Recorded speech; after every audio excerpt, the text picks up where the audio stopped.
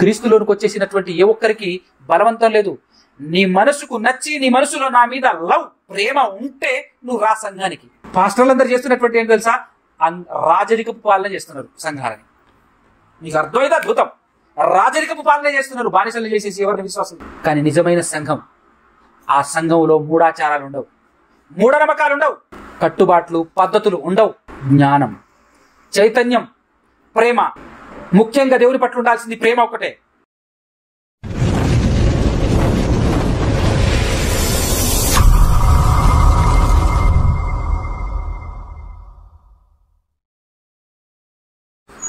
సర్వశక్తిమంతుడు, సమస్త సృష్టిని సృష్టించిన మనందరి కనతండ్రి అయినటువంటి ఆ దేవాది దేవునికి ఆయన కుమారుడు, మన రక్షకుడు యేసుక్రీస్తు ప్రభుల వారి ద్వారా పరిశుద్ధాత్మ సహాయముతోనే వేవేలా స్తుతి స్తోత్రాలు కృతజ్ఞతాస్తుతులు చెల్లించుచున్నాను. అదేవిధంగా ఆయన మాటలు వినబడినటువంటి మాటలను హృదయంలో పదిలపరుచుకుని వాటి ప్రకారంగా బ్రతకను ఉద్దేశించేటటువంటి మీ అందరికీ కూడా క్రీస్తు పేరటనే నా యొక్క శుభములు, వందనాలు తెలియజేస్తున్నాను.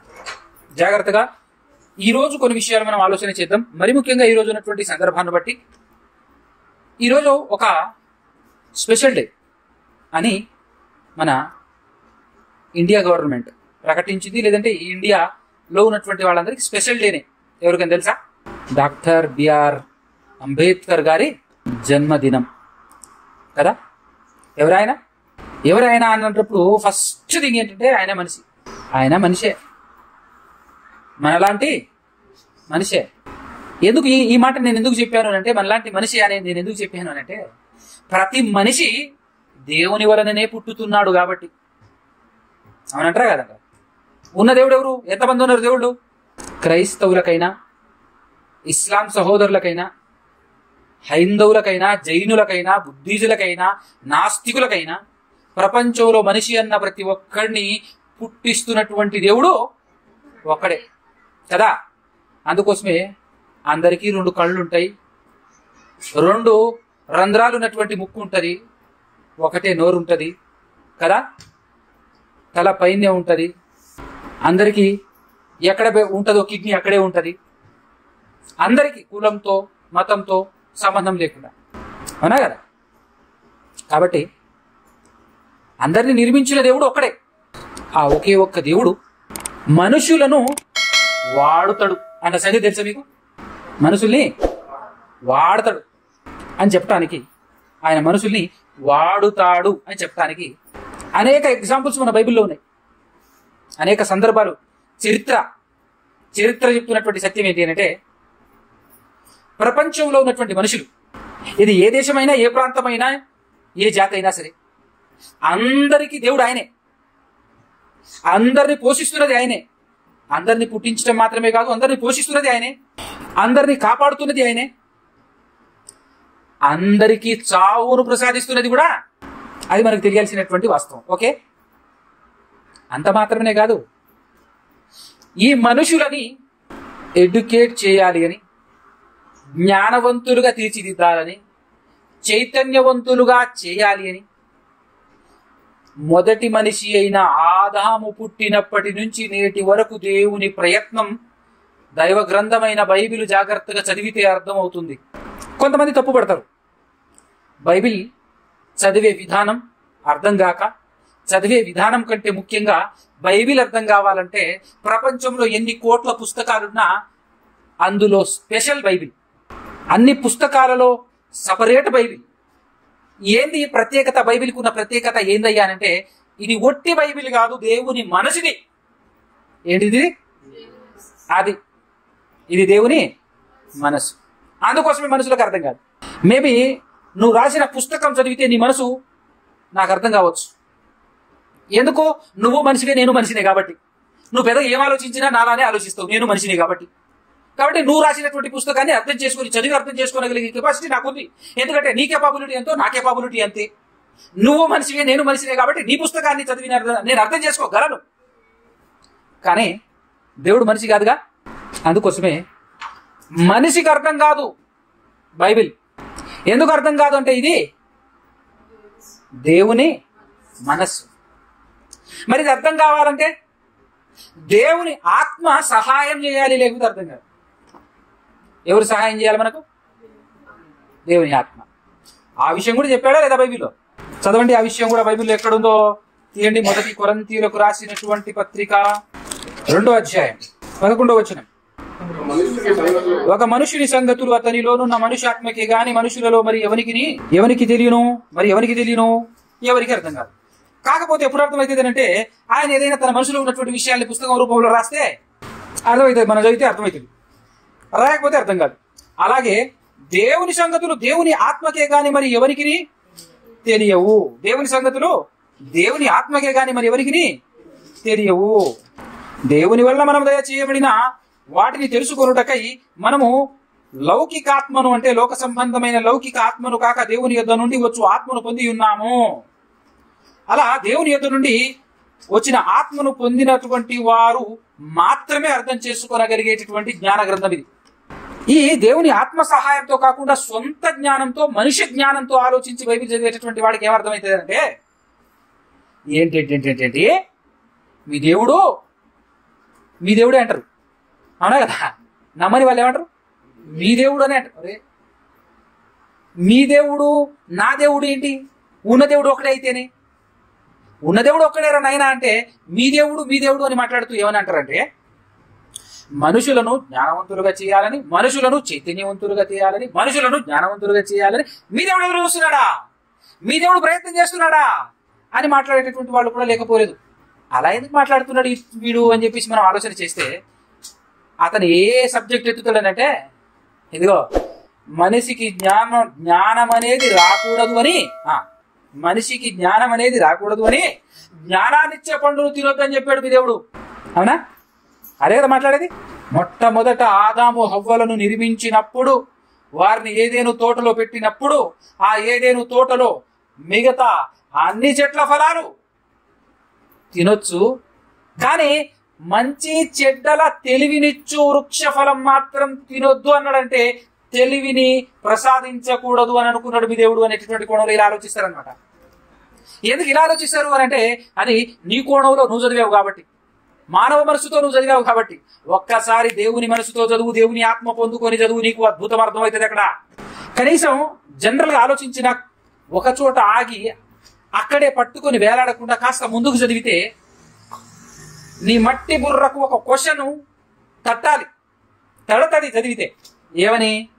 తినకూడదని పండు తిన్న తర్వాత వాళ్ళ ఐస్ ఓపెన్ అయ్యి వాళ్ళ కళ్ళు తెరవబడి, మానవ నేత్రాలు తెరవబడి, మనోనేత్రాలు మూయబడి దేహాన్ని చూసుకుంటూ అయ్యో మేము దిగంబరులం అని చెప్పేసి ఆకు చూసుకున్నారు.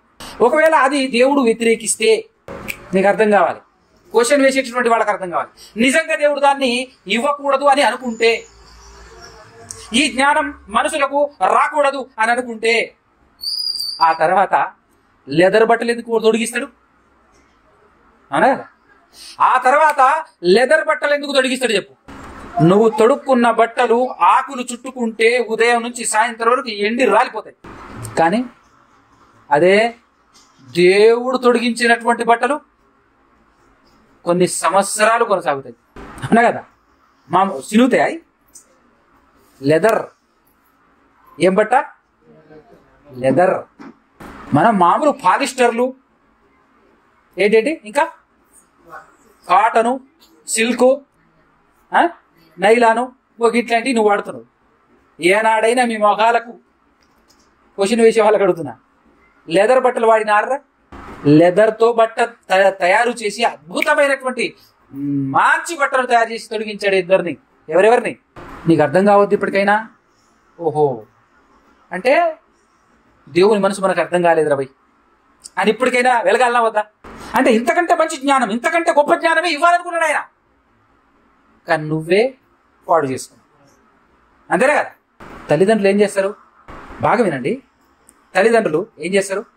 పిల్లల గురించి ఎంత బాగా ఆలోచిస్తారు, ఎంత మంచిగా ఆలోచిస్తారు చెప్పండి. అమ్మాయి ఉందనుకోండి, మా అమ్మాయికి జీవితాంతం ఏ లోటు లేకుండా బంగారంలా చూసుకునేటటువంటి భర్త కావాలి, మంచి జాబ్ హోల్డర్, లేదంటే మంచి తన ఎక్స్పెక్టేషన్తో తన ఆలోచన పరిధిలో ది బెస్ట్ వెతుకుతాడు కూతురు కోసం. కానీ ఆ లోపు మహాతల్లి ఏం చేసుకుంటుంది? ఎవడో పనికి మాలోడు బిస్కెట్ గాడు బిస్కెట్ వేస్తుంటాడు, వచ్చి ఎమ్మడి పడుతుంటాడు. ఓహో దేవత, ఆహా దేవత, ఏమన్నా అందంగా ఉన్నావా? నీకు మించిన అందగత్తె ఈ ప్రపంచంలో లేదు. ఏమన్నా ఉన్నావా నువ్వు? అబ్బా, నువ్వు నవ్వుతుంటే అందం, నువ్వు ఏడుస్తుంటే అందం, నువ్వు నడుస్తుంటే అందం, అబ్బా అబ్బా అబ్బా అబ్బా, నువ్వు నా జీవితంలో రావాలే గాని పండగ దండగా అండగా అన్ని అని చెప్పేసి రకరకాల కవిత్వాలు రాసేస్తాడు. అదంతా విని విని ఉప్పొంగిపోయేటువంటి ఈవిడ, నాన్న నేను చేసుకుంటే ఆయన్నే చేసుకుంటా. ఎందుకు తల్లి వాడి దగ్గర ఏముంది నాయన, ఏముందమ్మా అని చెప్పేసి అన్నాడు అనుకో డాడీ. నా కళ్ళతో చూడు డాడీ. దేంతో చూడాలి? సరే పీకి చూస్తా అన్నాడు అనుకో, ఏం చేయాలి? అలా కాదు తల్లి, ఇలా కాదు తల్లి అని 4 సార్లు చెప్తాడు. వినను. ఆయన వెంబడి కష్టాలే పడతా, తిప్పలే పడతా. నాకు కావాల్సిందల్లా ఉదయం ఒకసారి సాయంత్రం ఒకసారి వాడు పూర్తి సార్ తిండి పెట్టకపోయినా పర్లేదు, వాడితో పాటు తిరుగుతా, పిచ్చి తిరుగుతా, కష్టపడతా, రెక్కలు ముక్కలు చేసుకుని ఏమన్నా చేస్తా అని అన్నప్పుడు కూతురు కోసం ఏం చేయలేక ఫైనల్గా ఆయన ఒప్పుకుంటాడు. అనా కదా? సరే తల్లి నీ ఇష్టమే కానీ ఆయన ఒప్పుకుంటాడు ఫైనల్గా. అదే కదా జరిగింది. అయినప్పటికీ ఉట్టి చేతులతో కాకుండా అప్పటికి కూడా ఏ లోటు రాకుండా చూసుకోవటం కోసం ఇంకా బెస్ట్ ఇచ్చి పంపిస్తాడు అత్తోరింటికి. అవునా కదా? కానీ అంతకు మించి చేయాలనుకున్నాడా లేదా నాన్న? మరి మీ నాన్నే ఇట్లా అనుకుంటే ఈ నాన్న ఎంత అనుకోవాలి చెప్పు? అర్థం కాకూడదు. అందుకోసమే ఇక్కడ ఎలాగైతే తండ్రి కాంప్రమైజ్ అయిపోయి సరే తల్లి నీ ఇష్టం అని చెప్పేసి నువ్వు చేసుకున్నావుగా, నువ్వు అంటించుకొచ్చినావుగా, నువ్వు పట్టుకొచ్చినావుగా, ఇక పోని అన్నట్టు దేవుడు కూడా ఇక్కడ కాంప్రమైజ్ అయ్యి సరే వద్దన్న దాన్ని తగిలించుకున్నారుగా, సరే ఏం చేస్తావు మీ కర్మ అని చెప్పేసి ఆయన ఖాళీగా వదిలేయకుండా సరే రండి నేను ఇంకా బెస్ట్ ఇద్దాం అనుకున్నాను కానీ పోనీ ఇందులోనే బెస్ట్ ఇద్దామని చెప్పేసి లెదర్తో బట్టలు తయారు చేసి తొడిగించి మరి బయట పంపించారు. ఏమర్థమైంది దేవుని మనసు? దేవుని ఆత్మ సహాయంతో చదివితే అర్థమైతే దేవుని మనసు. నేనేం చెప్పదలిచాను అని అంటే, ప్రపంచవ్యాప్తంగా ఉన్నటువంటి దేశాలలో మనుషులు భూమి మీద విస్తరిస్తూ వస్తున్నప్పుడు ప్రమాదకరమైంది ఏంటిదేనంటే, భూమి మీద మనుషులు విస్తరిస్తున్నప్పుడు మనుషులతో పాటు అడవులలో, అప్పుడు భూమి తోడదేగా, ఆ అడవిలో ఉండేది విష సర్పాలు, మృగాలు, భయంకరమైన జంతువులు. అవేవి కాదు ప్రమాదం నాయన. నిజమైన ప్రమాదం నీ మనసే.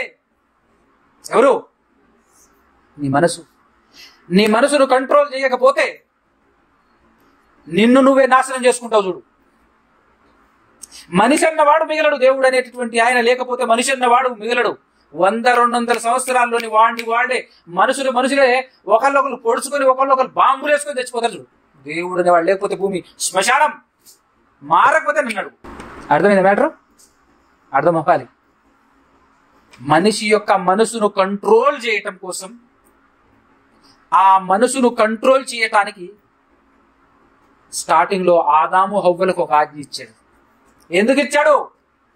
వీళ్ళ మనసుకు కంట్రోల్ చేయటం కోసం, మనసును కంట్రోల్ చేయటం కోసం. ఆ తర్వాత విస్తరిస్తూ ఉన్నప్పుడు మనసు ఏం చేస్తుంది అంటే, మనిషి యొక్క మనసు ఏం చేస్తుంది అంటే, ఈజీగా అర్థమయ్యే విషయం ఇది మర్మమేమి కాదు. ప్రతి మనిషి యొక్క మనసు ఏం ఆలోచిస్తే చెప్పండి? వీడికంటే నేను గొప్పడుగా ఉండాలి, నా కింద వీడు ఉండాలి. అవునా కదా? సింపులేగా, నిజమేనా కదా? నేనే బాస్, వీడు నా కిందనే ఉండాలి. అది కామన్ అంటే మనిషి యొక్క మనసు అదే, అట్లాంటిదే. అందుకోసం ఒక పాఠం కూడా చెప్పాను ఇక్కడ, గుర్తుందా? ప్రపంచంలో భూమి మీద అత్యంత క్రూరమైన జంతువు ఏది అని అన్నప్పుడు మనిషే. మనసు ఉంది కాబట్టి. ఎందుకు మనిషి అంటే వాడికి ఒక మనసు ఉంది కాబట్టి. ఆ మనిషికి ఉన్నటువంటి మనసు అంతటి భయంకరమైనది, అంత డేంజర్. అవునా కదా? వినండి జాగ్రత్తగా. కాబట్టి అలాంటి భయంకరమైనటువంటి మనసు కలిగినటువంటి ఈ మనిషిని స్టార్టింగ్ లో నుంచి కాపాడుకుంటూ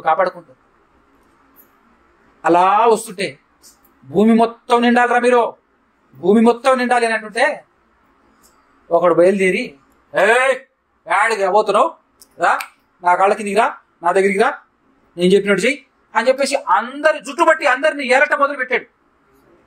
ఎవరైనా? నిమ్రోద్. గుర్తుందా? బైబిల్ చదివే వాళ్ళకి అర్థమవుతుంది.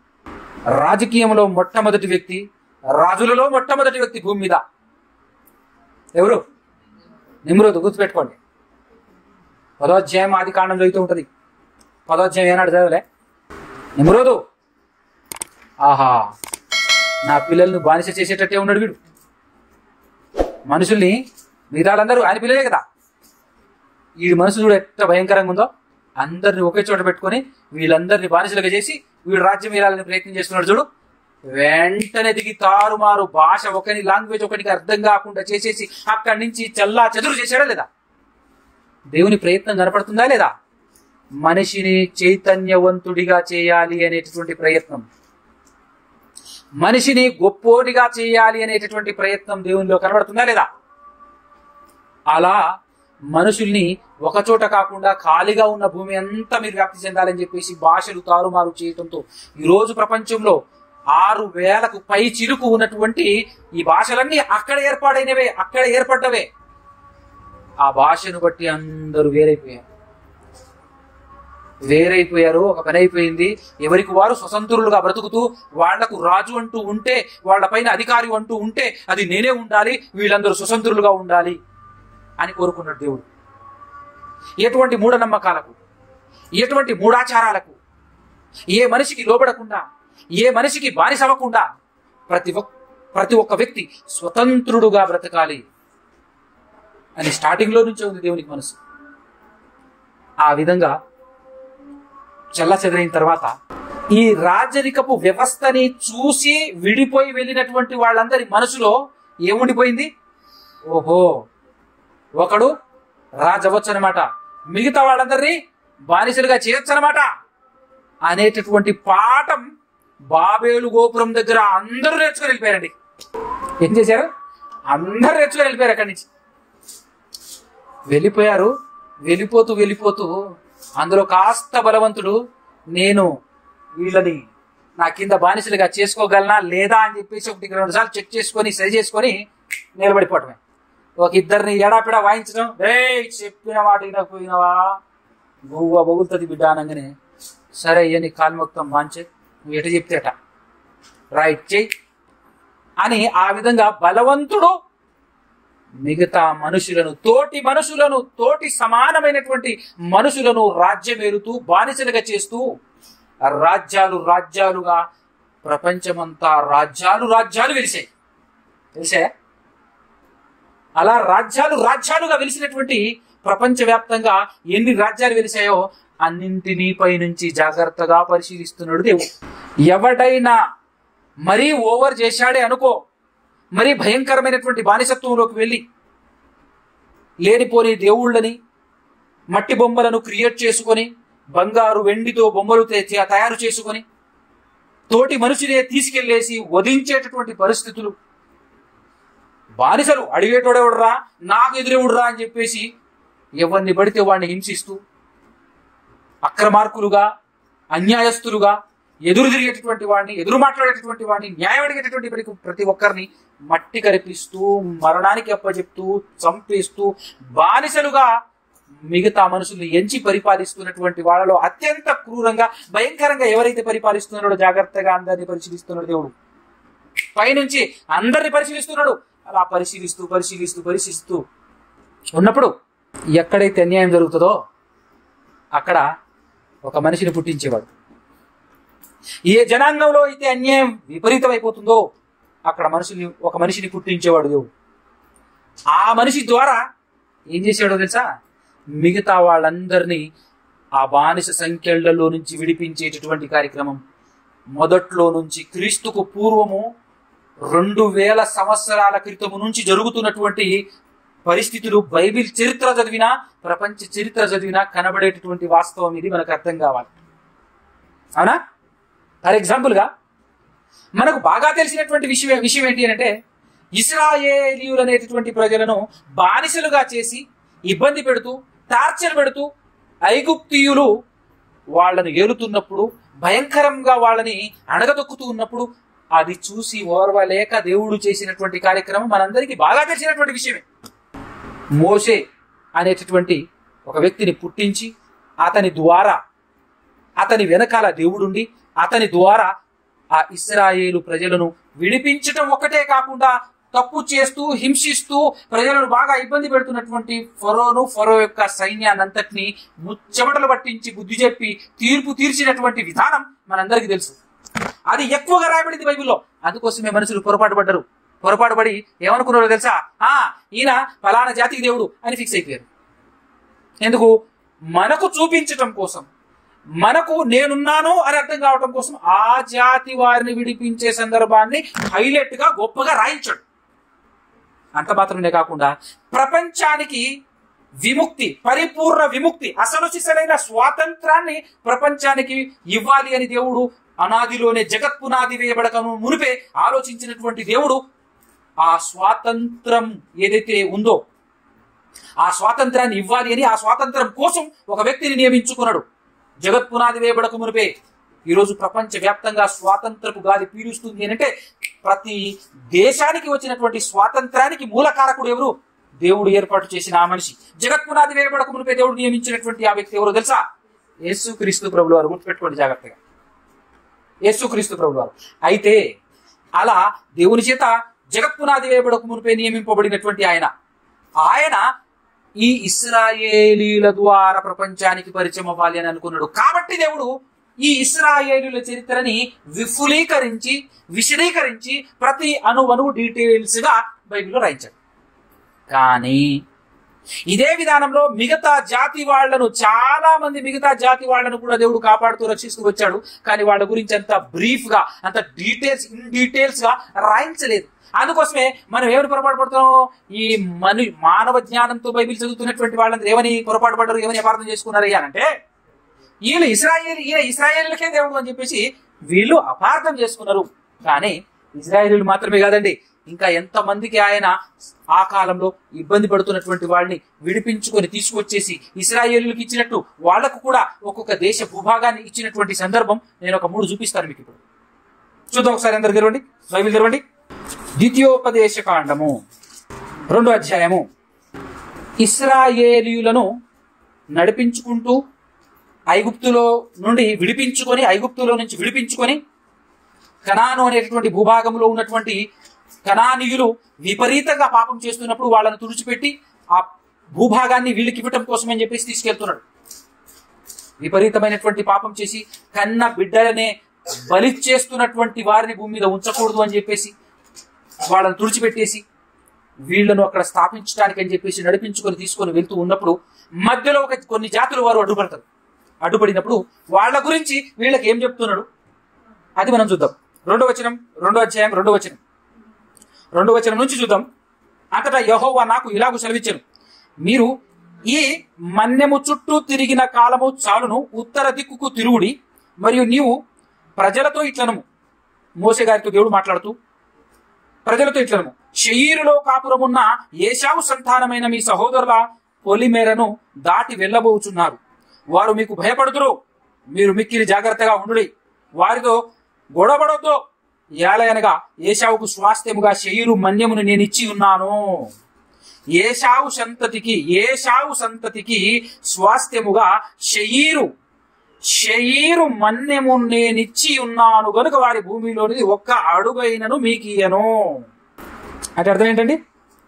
ఏం మాట్లాడుతున్నాడు దేవుడు? ఏం అర్థం కావాలి మనకు? వీళ్ళకి ఎలాగైతే తీసుకెళ్లేసి స్థాపిస్తున్నాడో ఇప్పుడు ఇశ్రాయేలుని, అంతకు ముందే ఈ ఏశావు సంతానాన్ని కూడా అదే విధంగా ఆ భూభాగాన్ని ఇచ్చాడట. ఆ భూభాగాన్ని ఎవరిచ్చారని చెప్తున్నాడు? అప్పుడు ఆ కాలంలో వాళ్లను నడిపించడానికి దేవుడు ఎవరిని వాడుకున్నాడో ఆ ఇన్ఫర్మేషన్ మనకు తెలియలే. అప్పుడు ఆ కాలంలో ఎవరో ఒకరిని నాయకుడిగా ఎంచుకునే ఉంటాడు కదా ఖచ్చితంగా. కానీ వాళ్ళ గురించినటువంటి డీటెయిల్స్ మనకు దేవుడు ఇవ్వలేదు కాబట్టి మనం దాని గురించి మాట్లాడుకోవట్లేం. మనకి ఎంత అవసరమో అంత రాయించాడు. This is enough for you అని చెప్పేసి మనకి ఇది ఇచ్చాడు. కానీ ఒకవేళ దేవుణ్ణి అడిగితే ఆ కాలంలో ఈ ఏశావు సంతానాన్ని ఎక్కడి నుంచి ఎక్కడికి నడిపించావు ప్రభు, నడిపించినప్పుడు ఎవరిని వాడుకున్నావు, ఆ మనిషి పేరేం పేరు అని చెప్పేసి అంటే నీకు అవసరమా నాన్న అంటాడు. ఒకవేళ చెప్పాల్సి వస్తే చెబితే ఎవరో ఒకడైతే ఖచ్చితంగా ఉంటాడుగా. దేవుడే దిగొచ్చి అయితే నడవలేదుగా, ఖచ్చితంగా ఒక మనిషిని వాడుకుంటాడు కదా, అంతేనా కదా. ఇశ్రాయేలు నడిపించింది మోసే, రాయించాడు కాబట్టి మనం చదువుకున్నాం. మరి ఏశావు సంతానంలో ఉన్నటువంటి వాళ్ళని నడిపించడానికి దేవుడు వాడుకున్నటువంటి మనిషి పేరే పేరు తెలియదు, దేవుడు రాయించలేదు, అవునా కదా. అంటే సేమ్ టు సేమ్ వీళ్ళ లెక్క వాళ్ళను కూడా దేవుడు నడిపించాడు అన్నమాట. రాయించినంత మాత్రాన అక్కడ ఒక మనిషిని దేవుడు ఏర్పాటు చేసుకోకుండా ఉంటాడా? ఆయన ద్వారానే ఏ మనిషిని అయితే దేవుడు ఎంచుకున్నాడో ఆ మనిషి ద్వారానే వాళ్ళని నడిపించుంటాడు కదా. ఇంతవరకు మీరు గుర్తుపెట్టుకోండి. రెండోది 9వ వచనం నుంచి, మరియు తిరిగి మోయాబు అరణ్య మార్గమున ప్రయాణము చేయుచుండగా యెహోవా నాతో ఇట్లా, నేను మోషే గారితో యెహోవా దేవుడు ఏమని మాట్లాడుతున్నాడంటే, మోయాబీయులను బాధింపవద్దు, వారితో యుద్ధము చేయవద్దు. మోయాబు అనేటటువంటి ఒక జనాంగం లోతు సంతానమునకు 6 దేశమును అంటే ఆ దేశం పేరే 6, కానీ 6 దేశాలు అంటే 1 2 3 4 6 కాదు, గుర్తుపెట్టుకోండి. 6 దేశమును స్వాస్థ్యముగా ఇచ్చి తిని వారి భూమిలో ఏది నీకు స్వాస్థ్యముగా ఇయ్యను. ఒకసారి 11 12 చూడండి, 10 చూద్దాం, మనకు అర్థమైతే ఉంటది. పూర్వకాలమున ఏమీయులను వారు 6 దేశంలో నివసించిరట. ఈ మోయాబీయులు రాకమునుపు ఆ ప్రాంతంలో ఎవరు నివసించేవారట? ఏమీయులు అనేటటువంటి వారు ఆ దేశంలో నివసించిరి. వారు అనాకీయుల వలె ఉన్నత దేహులు, బలవంతులైన బహుజనులు. అంటే బాగా ఎత్తుగా, హైట్, వెయిట్, పర్సనాలిటీ భయంకరమైన చూస్తేనే దడుచుకుంటాం ఆ రేంజ్ లో ఉన్నటువంటి వాడు. అయినప్పటికీ ఆ ప్రాంతంలో ఉన్నటువంటి వాళ్ళు అలాంటి వాడు ఉన్నారట. అయితే వారును అనాకీయుల వలె రెఫాయియులుగా ఎంచబడిన వారు. మోయాబీయులు వారికి ఏమీయులు అని పేరు పెట్టి, ఒరిజినల్ గా వాళ్ళు ఎవరట? రెఫాయియులట. అనాకీయుల వలె రెఫాయియులుగా ఎంచబడినటువంటి వారు. అయితే మోయాబీయులు పెట్టిన పేరు ఏమీయులు అనే పేరు పెట్టారు వాళ్ళు. కాబట్టి 12 వచనం, పూర్వకాలమున హోరీయులు షెయీరులో నివసించిరి. హోరీయులు అంటే ఇక్కడ షెయీరు మన్యం ఎవరికి ఇచ్చాడు? ఫస్ట్ స్టార్టింగ్ లో చూసాం కదా మనం, ఏశావు సంతానానికి. అక్కడ ఏశావు సంతానం రాక మునుపు అక్కడ ఎవరు నివసించేవారట? హోరీయులు అనేటువంటి వారు షెయీరులో నివసించిరి. ఇశ్రాయేలీయులు యెహోవా తమకిచ్చిన స్వాస్థ్యమైన దేశములో చేసినట్లు ఏశావు సంతానపు వారు హోరీయుల దేశమును స్వాధీనపరుచుకొని తమ ఎదుట నుండి వారిని నశింపజేసి వారి దేశములో నివసించిరి అన్నాడు. అనంటే అక్కడ కూడా నాయకుడు ఉన్నాడనే కదా. వాళ్ళని కూడా దేవుడు సేమ్ టు సేమ్ ఇశ్రాయేలుని ఎలాగైతే నడిపించాడో అలాగే నడిపించాడు అనే విషయం చెప్తున్నాడా లేదు ఇక్కడ. కానీ అక్కడ ఏ నాయకుడు ద్వారా దేవుడు నడిపించాడో నాయకుడు పేరు రాయలే. కానీ మనకు గుర్తుండాల్సినటువంటి పాయింట్ ఏంటో తెలుసా ఈ పాఠంలో? ఏ దేశమైనా, ఏ ప్రాంతమైనా అది దేవునిదే. ఏ జాతి అయినా దేవుని వల్ల పుట్టినటువంటి వారే.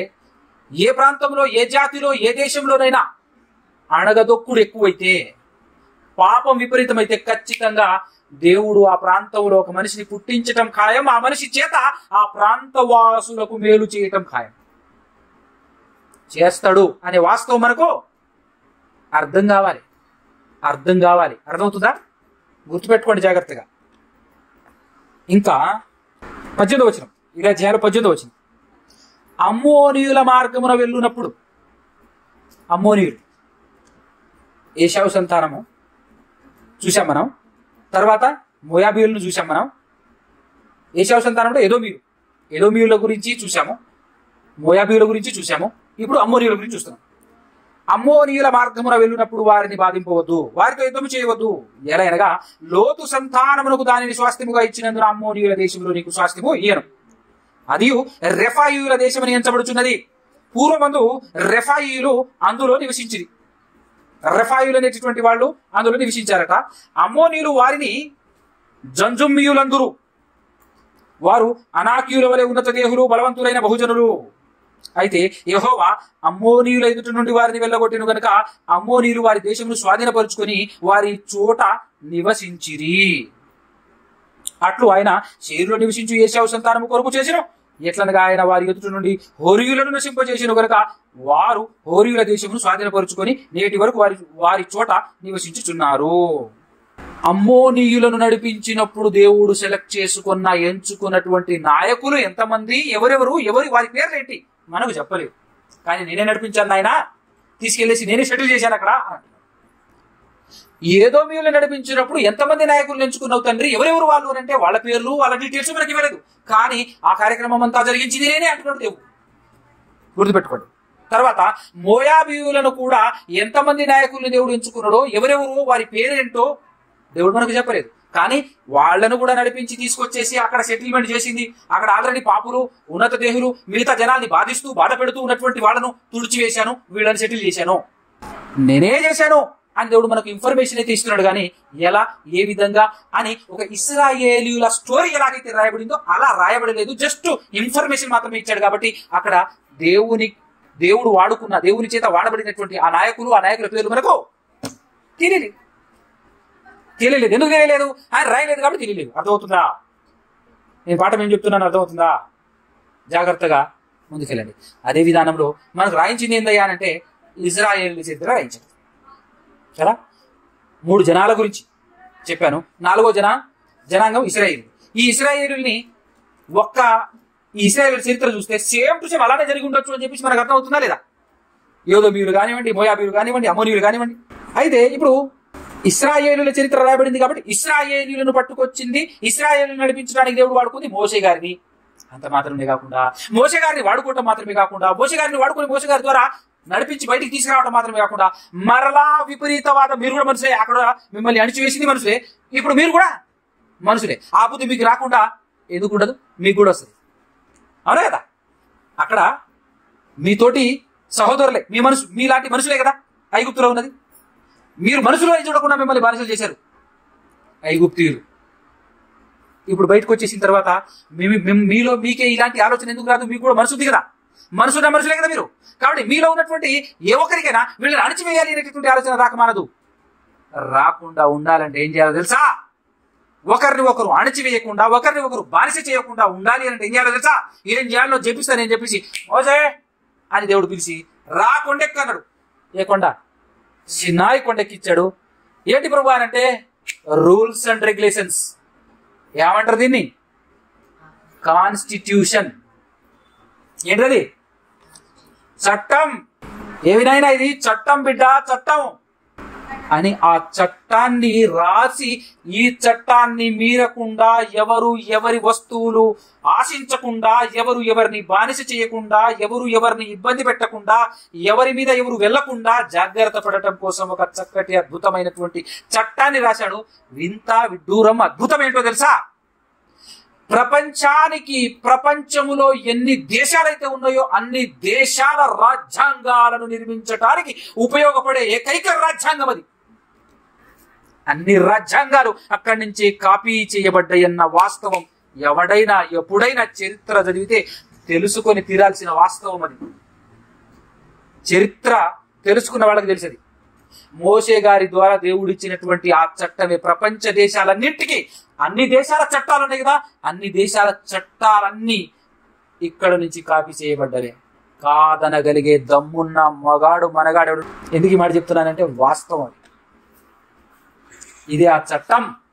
ఇందులో నుంచి ప్రపంచ దేశాలన్నీ కాపీ చేసుకున్నాయి. వేటిని?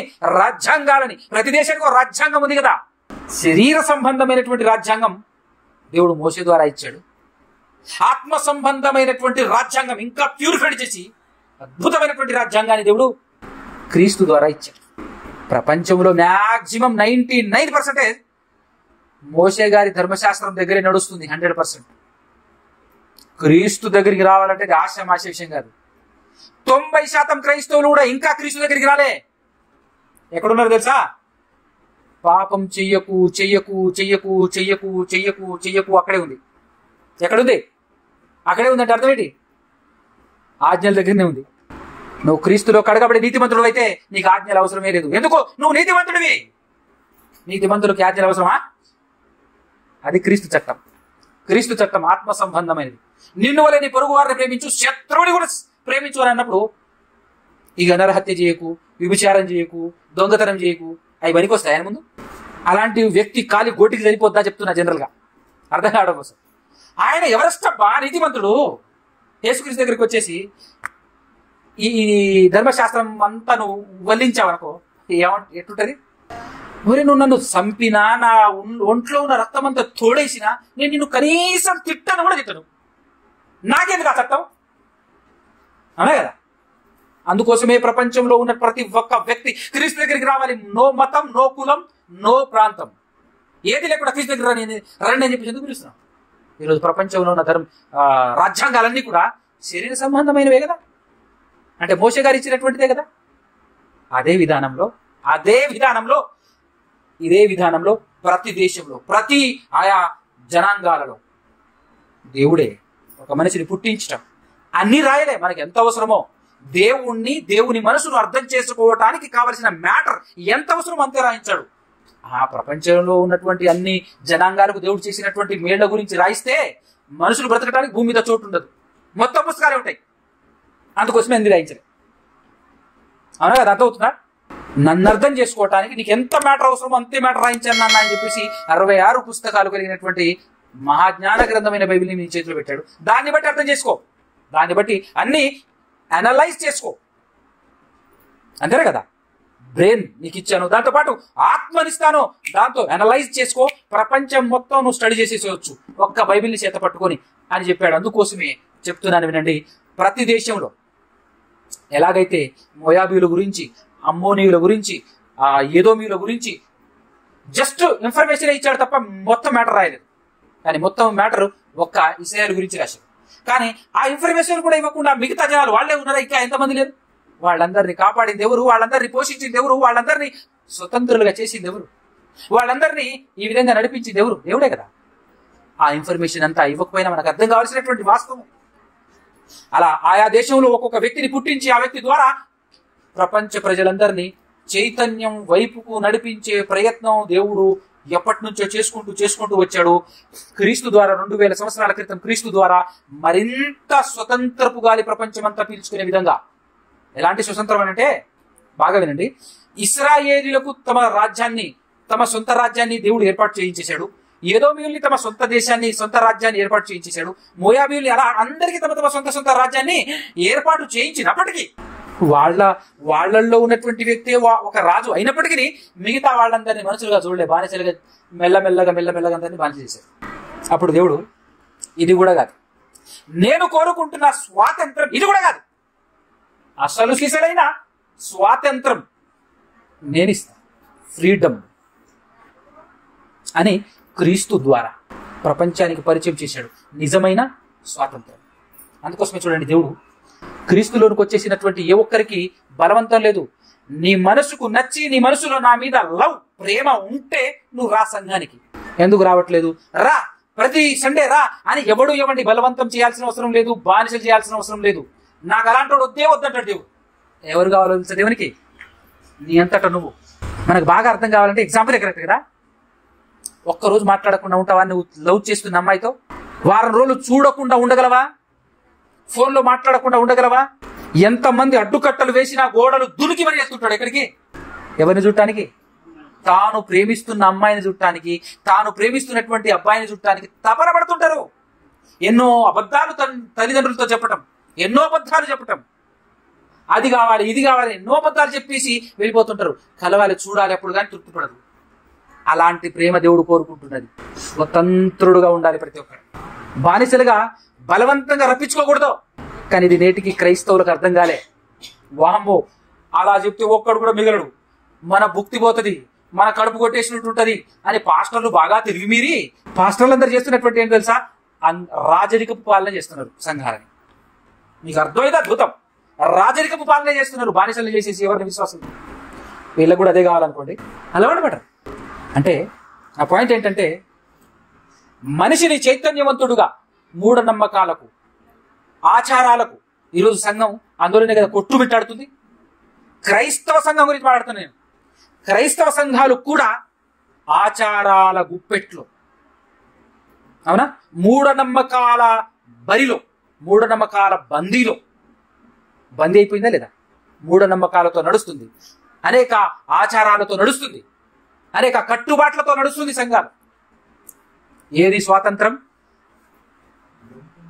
సత్యం నిన్ను స్వతంత్రునిగా చేస్తుంది అని బైబిల్లో యేసుప్రభు చెప్పాడు. కానీ ఈరోజు ఉన్నటువంటి విశ్వాసులందరికీ బానిస చేసిందే. అంటే మనోడు ఇంకా సత్యం తెలుసుకోలేదు. అసలు మ్యాటర్ మర్చిపోకూడదు మీరు. నేను ఇది జస్ట్ మీకు ఇన్ఫర్మేషన్ కోసం ఇచ్చాను. కానీ నిజమైన సంఘం, ఆ సంఘంలో మూఢాచారాలు ఉండవు, మూఢనమ్మకాలు ఉండవు, కట్టుబాట్లు పద్ధతులు ఉండవు. జ్ఞానం, చైతన్యం, ప్రేమ. ముఖ్యంగా దేవుని పట్ల ఉండాల్సింది ప్రేమ ఒకటే. బలమైన ఏ సమస్య, ఏ ఇబ్బంది వచ్చినా దేవుడున్నాడనే బలమైన విశ్వాసం ఒకటే. మళ్ళా దేవుణ్ణి ఒక రూపంలో మార్చుకొని, విగ్రహాలుగా మార్చుకొని చేయకూడదు. ఆచారాలు పాటించకూడదు. కులాలు ఉండకూడదు, మతాలు ఉండకూడదు. సంఘంలో ఎటువంటి కట్టుబాట్లు ఉండకూడదు. ఆజ్ఞలు మాత్రమే ఉండాలి. చైతన్యవంతమైనది, ఎంతో గొప్పది, విజ్ఞానానికి సంబంధించింది సంఘం, క్రైస్తవ్యం అంటే అలా ఉండాలి అని కోరుకున్నాడు. ఆ విధంగానే మొట్టమొదటి శతాబ్దపు క్రైస్తవ్యం ఉంది. దాని కొరకు ప్రాణాలను సహితము తృణప్రాయముగా ఎంచి గడ్డిపోసతో విధంగా ప్రాణాలను కూడా లెక్క పెట్టకుండా ఆ స్వాతంత్రాన్ని ప్రపంచానికి అందించటం కోసం బలి అయిన మొదటి ప్రాణం యేసుక్రీస్తు అయితే, ఆయన తదనంతరము శిష్యులందరూ కూడా ప్రాణాలను బలిచ్చారు. అనేకుల కళ్ళు తెరిపించారు. ప్రపంచానికి స్వాతంత్రపు గాలి పీల్వటానికి, స్వతంత్రాన్ని ఇదిగో ఇలా పొందుకోవటానికి, ప్రతి మనిషి స్వతంత్రుడే అని చెప్పటానికి, ప్రతి మనిషి స్వతంత్రుడుగా బ్రతకాలి అని చెప్పడానికి తమ్మును తాము బలి చేసుకున్నటువంటి ఎందరో త్యాగమూర్తులు, మహానుభావులు మొదటి శతాబ్దపు క్రైస్తవులు. అక్కడి నుంచి భూమి యొక్క నడి సెంటర్లో నుంచి ఆ గాలి ప్రపంచాన్ని అలుముకుంది. రోజు ఆ గాలి వల్లనే బలోపేతమై బలపడినటువంటి వ్యక్తి డాక్టర్ బిఆర్ అంబేద్కర్ గారు. దేవుని వల్లనే ఆయన పుట్టాడు, దేవుడే ఆయన్ని పుట్టించాడు. భారతదేశంలో ఉన్న బానిస సంఖ్యలను తెంపి నిజమైన చట్టం, ఫస్ట్ ధర్మశాస్త్రమే రావాలి, ఆ తర్వాత క్రీస్తు. ఫస్ట్ శరీర సంబంధమైనటువంటి ఆజ్ఞలే రావాలి, ఆ తర్వాత ఆత్మ సంబంధమైనటువంటి ఆజ్ఞలు. అలా ఫస్ట్ ఎంటర్ అయింది శరీర సంబంధమైన ఆజ్ఞలు. దగ్గరండి 8 నుంచి 10 దేశాలు, ఆ 10 దేశాల రాజ్యాంగాలన్నింటినీ ఒక చోట చేర్చి అందులో నుంచి స్టడీ చేసి జాగ్రత్తగా ఫిల్టర్ చేసి రాసిన రాజ్యాంగమే మన భారతదేశపు రాజ్యాంగం. ఎవరు రాశారు? అంబేద్కర్ గారు. ఎక్కడి నుంచి రాశారు?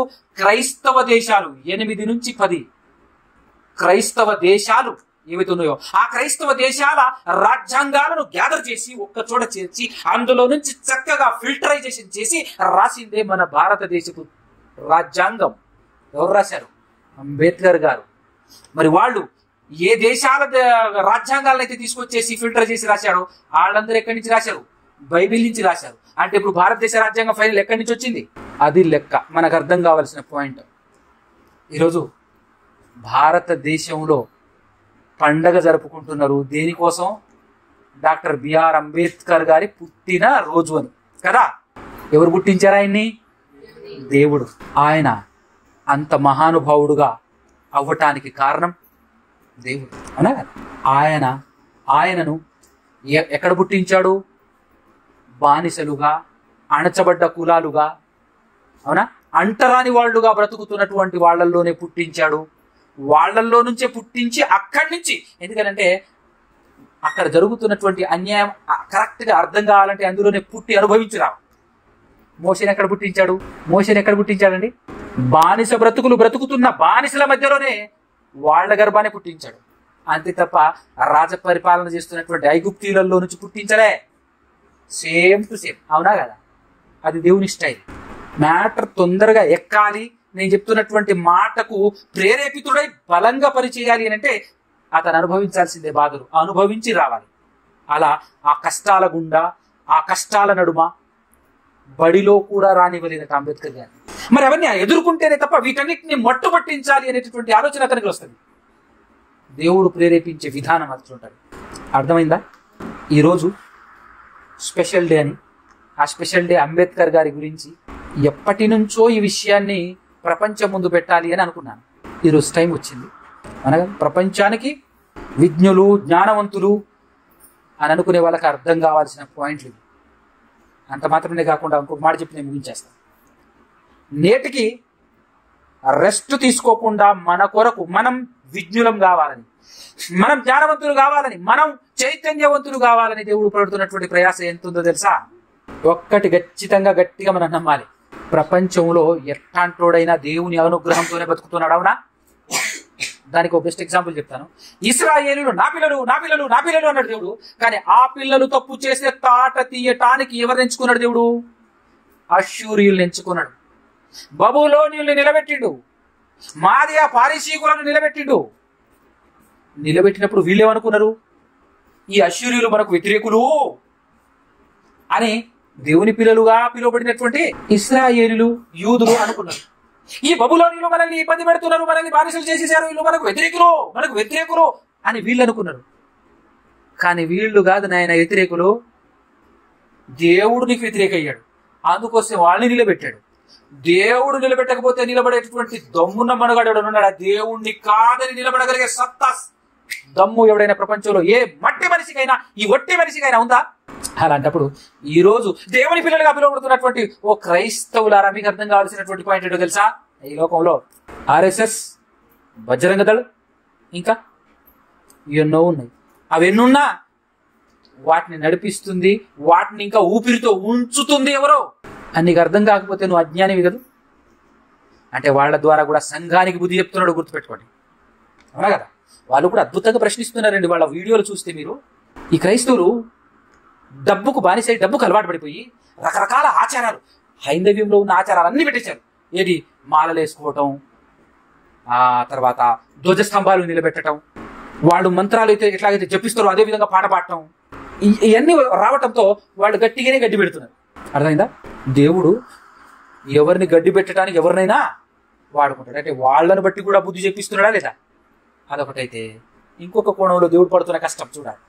నాస్తికులు అనేటటువంటి వాళ్ళు కూడా మూఢనమ్మకాలు లేవు అని వాళ్ళ చేత ఆ పోరాటం జరిపిస్తున్నది కూడా ఎవరు? దేవుడు లేడు అని వాళ్ళు అనొచ్చు కాక, కానీ వాళ్ళను ఎంతవరకు వాడుకోవాలో వాడుకుంటున్నది. అశ్చర్యులకు నిజమైన దేవుడు తెలుసా? యెహోవా దేవుడు తెలుసా? ఆయన వాడుకోలే. బబులోనులకు నిజమైన దేవుడు తెలుసా? ఆయన వాడుకోలే. ఇది అంతే, ఎవరినైనా వాడుకోగలడు ఆయన. అందరూ ఆయన హ్యాండ్ ఓవర్లో ఉంది కాబట్టి. సో ఆ విధంగా ఒక్క మాట ఏంటంటే, ప్రపంచంలో ఉన్న మనుషులందరినీ అనేక రకాలుగా దేవుడు ప్రయత్నం చేస్తూనే ఉన్నాడు. చాలా మంది చేత ప్రయత్నం చేస్తూనే ఉన్నాడు. మనుషుల్ని చైతన్యవంతులుగా చేయాలి, జ్ఞానవంతులుగా చేయాలి, స్వతంత్రులుగా చేయాలి, చైతన్యవంతులుగా చేయాలని చెప్పి దేవుడు ఎంత కష్టపడుతున్నా, ఎంత ప్రయాసపడుతున్నా ఈ మనిషి కావట్లేడు చైతన్యవంతుడు. అవుతున్నాడా మనిషి? వీడి బుద్ధి మారట్లేదు. బానిసలే. వాడు బానే ఉన్నాడు, వీడు బానే ఉన్నాడు, వీళ్ళు బానే ఉన్నాడు. అంటే ఏమంటారంటే, ఒక సామెత ఉంటుంది, మోసపోయే వాళ్ళు ఉంటేనట మోసం చేసే వాళ్ళు. అంటే ఫస్ట్ ఎవరు ఉంటారు? మోసపోయే వాళ్ళు ఉన్నప్పుడు మోసం చేసే వాళ్ళు ఉంటారు. తప్పెవరిది? అలాగే బానిసలు అయ్యేటటువంటి వాళ్ళు ఉన్నంత కాలం బానిసలు చేసే వాళ్ళు ఉంటూనే ఉంటారు. స్వతంత్రులు అవ్వాలనేటటువంటి ఆలోచన మనిషికి రావాలి. దానికోసం శత విధాల ప్రయత్నం చేస్తున్నాడు దేవుడు. ఆ ప్రయత్నంలో భాగమే అంబేద్కర్ గారు కూడా అన్న వాస్తవాన్ని మీరు గ్రహిస్తే అద్భుతం. రైట్? కాబట్టి మీరైనా చైతన్యవంతులు కండి, ఎవ్వడికి బానిస కాకండి. అలాంటి సత్య సంబంధమైన సత్యం మిమ్మల్ని స్వతంత్రులుగా చేస్తుంది అనే ఆ స్వతంత్రపు గాలిని, స్వతంత్రాన్ని, నిజమైన స్వాతంత్రాన్ని అనుభవిస్తున్నటువంటి సంఘం ఇది. అవునా? కాబట్టి ప్రేమించండి దేవుణ్ణి. దేవుని పట్ల మీ మనసు తిప్పండి, మీ మనసును దేవుని వైపుకు తిప్పండి. ఎట్లుండాలో తెలుసా? మీ ప్రాణం, మీ మనసు దేవుని కొరకు తృష్ణ కొనాలి, ఆశపడాలి. దుప్పి నీటి వాగుల కొరకు వెతికినట్టు నువ్వేమో దేవుని కొరకు వెతకాలా వద్దా? అమ్మాయి కోసం, తాను ప్రేమించిన అమ్మాయి కోసం అబ్బాయి ఎలాగైతే తపన పడుతుంటాడో అలా రారే. పాస్టర్ ఫోన్ చేయాలి, తోటి సహోదరుడు ఫోన్ చేయాలి, లే ఉదయాన్నే లే, ఆన్లైన్ క్లాస్ విను, చర్చికి రా, పరిగెత్తుకుంటూ రావాలి. కానీ నీతో పాటు మరికొంతమందిని పట్టుకురావాలి. కానీ ఎక్కడ నువ్వు ఇట్లాంటి సంఘం చూడవు. చర్చిలలో, సంఘాలలో నువ్వు వెళ్తావు, అక్కడ ఆచారాలు మాత్రమే ఉంటాయి, కానీ అద్భుతాలు ఇక్కడ చూస్తావు రా అని చెప్పి. అద్భుతాలంటే మళ్ళా ఆ రూట్లోకి వెళ్ళకండి. స్వాతంత్రం, ఫ్రీడమ్, ద రియల్ ఫ్రీడమ్ ఇక్కడ నువ్వు చూస్తావు రా అని చెప్పేసి కొంతమందినే తీసుకురాగలరు. కానీ మనమే రాము. ఏమండి? మనమే రాము. అర్థమైందా? ఎంతమందికి అర్థమైంది? నన్ను అడిగితే అందరికి ఎక్కే పాఠం ఏమి కాదు, కానీ ప్రపంచానికి చాలా ఉపయోగకరమైనటువంటి పాఠం. ఓకే, ప్రార్థన చేద్దామా? కళ్ళు మూసుకొని తల నుంచి చిన్న ప్రార్థన చేసుకుందాం.